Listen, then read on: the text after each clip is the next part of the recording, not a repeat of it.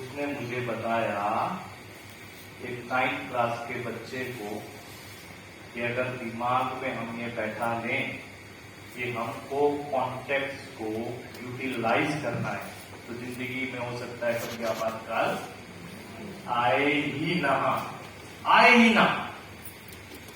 छोटा सा बच्चा, क्रिएटिव दिमाग, क्या ये हो सकता है? मैं घर पे पहुंचा,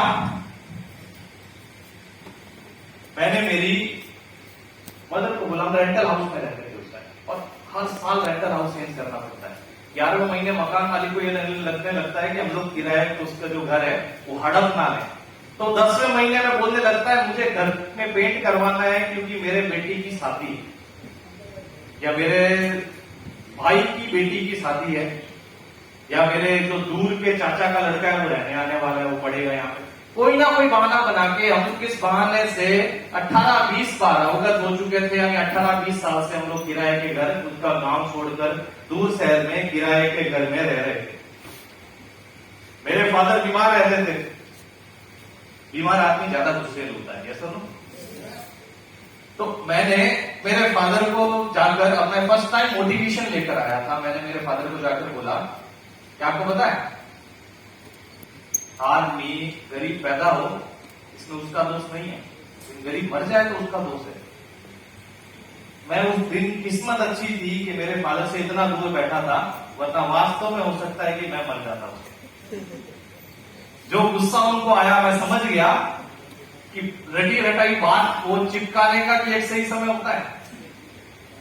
अब ये बातें ऐसी बढ़ती गई, बातों का विवाद बनता गया। मैं जब भी देखता था मैं उनको बोलता था आपकी घड़ी कितनी की है? वो बोलते 200 रुपए की। मैं बोलता अच्छा, जिस व्यक्ति से मैं मिला उसके हाथ में तो जो घड़ी थी वो 52,000 रुपए की थी। तो मेरी मम्मी ने बोला 52,000 रुपए की घड़ी क्या करती है? मैंने कहा टाइम बताती है। तो टाइम तो तेरे पापा वाली भी बताती है। मैंने कहा इनकी घड़ी इनका टाइम बताती है, उनकी घड़ी उनका टाइम बताती है। छोटा बच्चा पता नहीं कहां पर क्या बोल रहा है, लेकिन जो सीखा वो बोले जा रहा है। एक दिन मेरी मदर खाना बना रही थी, परेशान, और फादर को बोल रही है कि इस बार लगता है घी थोड़ा ज्यादा हुआ है। फादर बोल रहे कोई बात नहीं, और ले आएंगे। कहां से ले आएंगे? पैसे कहां है हमारे पास? मैंने मेरी मदर मां को बोला मां मुझे लगता है कि तेरे ये सुंदर सुंदर हाथ ऐसे बर्तन मांजने के लिए, पोछे बनाने के लिए लगे। पहली बार मेरी मां को कोई ढंग की बात बोल रहा था। मोटिवेशन बेसिक लेवल से था बट फील्स गुड, उनके लिए थोड़ा अच्छा फील हुआ। बोला हाँ नहीं मुझे तो लगता है मैं राज करने के लिए पैदा हुई हूं। फिर उन्होंने मेरे पिताजी की थोड़ी तारीफें की। मैंने बोला देखो अमीर और कामयाब बना जा सकता है, 50,000 रुपए भी महीने का आ सकता है। 50,000 रुपए महीना? हमारे घर का किराया था 1,500 रुपए, वो भी टाइम पे भरा नहीं जाता था। 50,000 क्यों समा उस टाइम? मैंने कहा 50,000 महीना भी आ सकता है। मेरी मम्मी ने बोला अच्छा आता है? मैंने कहा बिल्कुल आ सकता है, अगर हम लोग कुछ 10-20 लोगों को जानते हैं तो। मेरी मम्मी ने कहा खूब लोगों को जानते हैं। मैंने कहा बस पैसे आ जाएंगे। बोले ये कैसे होता है? मैंने कहा पहले एक 7,585 रुपए चाहिए होंगे, एक कोर्स खरीदना है, फिर उस कोर्स को खरीदने के बाद आगे 2 लोगों को कोर्स बताना है, फिर उन 2 लोगों से आगे 4 लोगों को बताना है। ये 7,585 अपने को मिलेंगे या देने हैं? मैंने कहा बाद में मिलेंगे, पहले देने हैं। मैंने कहा क्या से टाइम खराब कर रहा है। अब कुछ 2 दिन बाद में मेरे 9th क्लास का हाफ ईयरली का रिजल्ट आ गया था। मैं पढ़ने में ठीक था, बहुत अच्छा नहीं, बट एक गुड स्टूडेंट। उस रिजल्ट में ऐसा कुछ कमी नहीं थी जो इससे पहले नहीं थी, या ऐसा कोई विशेष नहीं हो गया था कि इससे पहले मैं कोई मेरिट होल्डर था और इस बार डिविजन में आ गया, वैसा ही था। लेकिन इस बार मुझे मार पड़ी साहब। आपने आधी ताली बजाई थी? उस दिन मेरे फादर ने मेरा गाल और एक हाथ, अपने एक हाथ को इस्तेमाल करते हुए 3-4 तालियां बजाई। मेरा कुछ थोड़ा सा शांत हो गया। लेकिन बोलता दिमाग बीच डल गया, अब वो जाएगा कहां? जब भी मुझे कुछ लोग मिलते थे और वो कहते थे एक बार बाद थोड़ा सा पढ़ाई वढ़ाई हो जाए, हम लोग फौज में चले जाएंगे, हमारे पास ट्रेंड है थोड़ा। बच्चा थोड़ा सा बड़ा हो जाए, उसको कहता है भाग बिल्खा भाग, अब वो भागता है, वो फिर फौज में जाता है, और फौज में नहीं तो वो पुलिस में चला जाता है, कांस्टेबल में चला जाता है। तो कुछ ना कुछ कर। तो मेरे दिमाग में ये विचार आ गया था, जब भी मुझसे कोई 20-25 हजार की बात करता था, मैं कहता था यार 20-25 हजार मुश्किल नहीं है बॉस, आपके पास में नॉलेज प्रॉपर होना चाहिए था। मैं सीख गया था बातों को सही जगह चुपका है, राइट टाइम राइट वर्ड्स को इस्तेमाल करना। मैं बोलने लग गया, लेकिन लाइफ में ऐसा कोई रास्ता लिटरली था नहीं। समवन सेज मी कि अगर तुम अपनी पढ़ाई इंग्लिश में कंप्लीट करो तो ज्यादा बड़ा स्कोप है। गवर्नमेंट स्कूल में पढ़ाई किस में होती है? हिंदी में। हिंदी में। मैंने मेरी 12th यानी 9th के बाद से जब मैंने 10th का फॉर्म भरा, तो मैंने उसमें भरा कि मैं मेरा एग्जाम इंग्लिश में दूंगा। मैं इकलौता नमूना था पूरे क्लास के अंदर जो इंग्लिश के अंदर में हिंदी में पढ़ रहा था, इंग्लिश में लिख रहा था। मुझे पहली बार पता चला कंप्यूटर को संगणक बोलते हैं, या रसायन को केमिकल बोलते हैं। मैथ्स की term PCM physics chemistry maths में मैथ्स की टर्म मैं चीटिंग भी नहीं कर पाता था। लाइफ में जब भी किसी ने बोला ये करने से अच्छा हो सकता है, मैंने मेरे नॉलेज को बटोरा और वो करने में लग गया। अब भी मुझे विश्वास था कि कॉन्टेक्स्ट को यूज करके आप कामयाब हो सकते हैं, लेकिन ऐसे एग्जाम्पल्स नहीं मिल रहे थे ही नहीं उस टाइम में, आज भी कम है। एक किसी अच्छे व्यक्ति से मेरी मुलाकात हुई एंड उसने मुझे बोलने लगा दुनिया का हाईली पेड जॉब क्या पता है? मैंने कहा क्या? मैं बोला सेल्स का।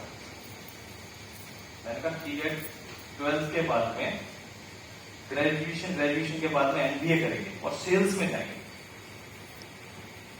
लेकिन मुझे एक चीज इससे समझा दी थी, एक बार सेल करो और उससे अपना समय साथ में जोड़ दो।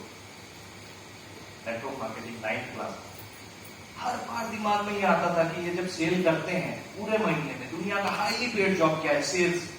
आप अगर सेल कर सकते हैं, आप लाइफ में कहीं भी पहुंच सकते हैं। खुद को भी तो सेल करना होगा। आप इंजीनियर हैं, आप डॉक्टर हैं, अगर आप खुद की डिग्री रिप्रेजेंट ही नहीं कर पाए, आप क्या कर पाएंगे? समझिए आपने इंजीनियरिंग की और आप घर पे बैठ गए, क्या इंजीनियर्स की कमी है? कोई नहीं ले जाएगा उठा के घर से।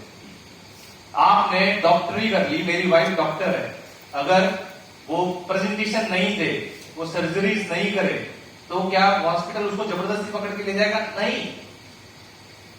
प्रेजेंटेशन यानी सेल, अगर आप खुद को भी प्रेजेंट नहीं कर पाए, सेल नहीं कर पाए, आपका वैल्यू डिग्रेड हो जाएगा। और रिप्रेजेंट कर दिया ढंग से तो मैंने कहा यही तो है सेल्स बॉस, यही तो है। अगर ये करना है लाइफ के अंदर में, तो क्यों ना ऐसा कुछ किया जाए कि इसको एक्यूमुलेटिव कर ले, जुड़ता जाए जुड़ता जाए जुड़ता जाए। 2007 में जब पहली बार मल्टी लेवल का के बारे में सुना, मैंने उस वक्त वो 7,585 इकट्ठे किए करके आईडीज बताई, सेकेंड ईयर रिन्यूअल किया, थर्ड ईयर रिन्यूअल किया। 5 साल में 1 लाख रुपया भी टोटली नहीं कमाया। जब एक दिन जब घर से निकले, दिल में कुछ अरमान थे। कुछ लोग मिलते थे और पूछते थे जॉब कर, नौकरी कर। मुझे जब ये अच्छे से पता था कि आफ्टर 30 ईयर वो ऐसा बोलेंगे कि बड़ी जॉब कर, क्योंकि उनके दिमाग में एक पूर्वा आभास, या ऐसा बोलेंगे एक प्री कंसीव्ड नोशन है कि आदमी को लाइफ में सक्सेस होना है तो उसको जॉब ही करना है। ये फैक्ट नहीं है, ये कतई फैक्ट नहीं है। आपको कुछ अच्छा करना होगा। आप जहां पर भी अगर आप वैल्यू ऐड करेंगे, वो इंस्टीट्यूशन, वो इंडस्ट्री आपको पैसा पे करेगी आपके पोटेंशियल के अकॉर्डिंग। आप वैल्यू ऐड नहीं कर पाए, आपको पैसा मिलेगा आपकी मेहनत के अकॉर्डिंग, आपके पोटेंशियल के अकॉर्डिंग नहीं।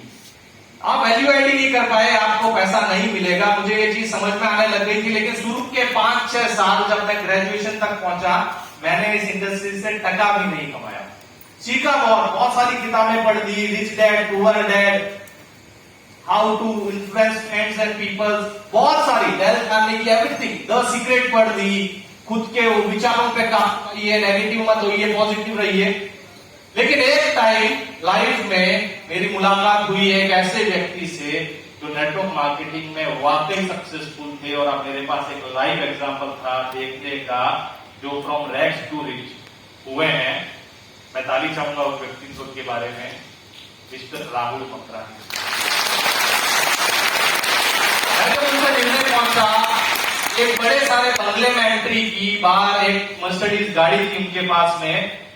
मैंने बोला आपकी है या आपके बाप की है? हमें सिखाया जाता था वहां पे पूछना कि ये मोटरसाइकिल आपकी, नहीं आपके बाप की, और ये अपने आप की। हम लोग बोलते थे। मैंने उनसे पूछा इन पोलाइट वर्ड्स, आपकी है सर या आपके फैमिली की? उन्होंने मुझे एक वीडियो दिखाया जहां पर उनको बंगलो एंड मर्सिडीज वो स्पीच दे रहे हैं कि मैंने यहां से अर्न किया। मैंने कहा ये कौन सा इंडस्ट्री है? बोला नेटवर्क मार्केटिंग, डायरेक्ट सेल्स। मैंने कहा लिटरली ऐसी चीज होती है यहाँ पे? बोला हाँ। मैंने कहा लोग बोलते हैं नहीं होता ही। Then he tells me 2 line. उन्होंने मुझे 2 लाइन सुनाई, सुनाओ आपको। कि एक दिन जब घर से निकला, दिल में कुछ अरमान थे, एक तरफ थी झोंपड़ी और एक तरफ शमशान थे। फिर पैरों में एक हड्डी आई, उसके यही बयान थे कि चलने वाले संभल के चल, हम भी कभी इंसान थे।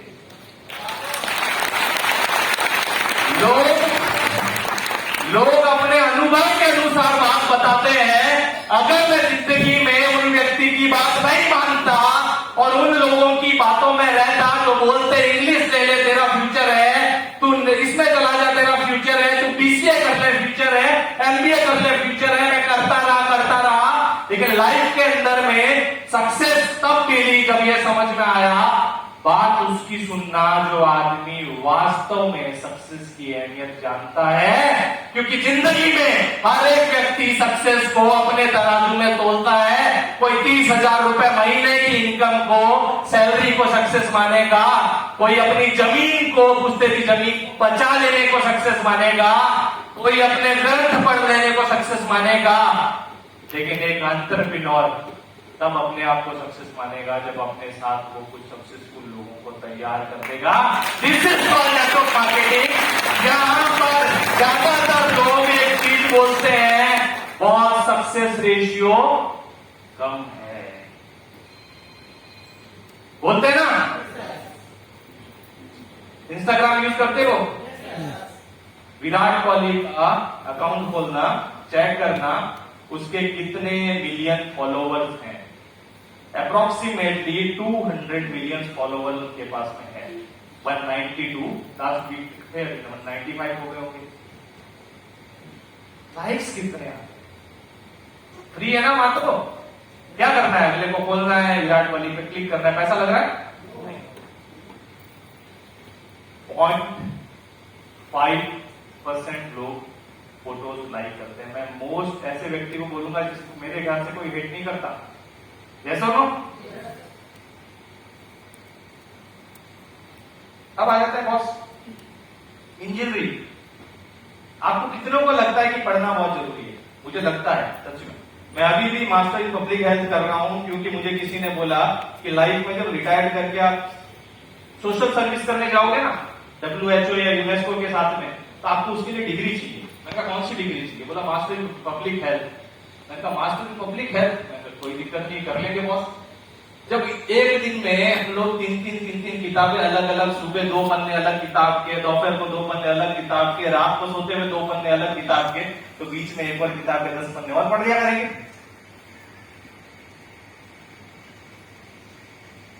मुझे एक बात सच्ची में आपको कहना चाहूंगा, आज की डेट में डायरेक्ट सेल्स हिंदुस्तान के अंदर में एक ऐसी इंडस्ट्री है जिसमें किसी भी जगह से सक्सेस रेशियो ज्यादा है।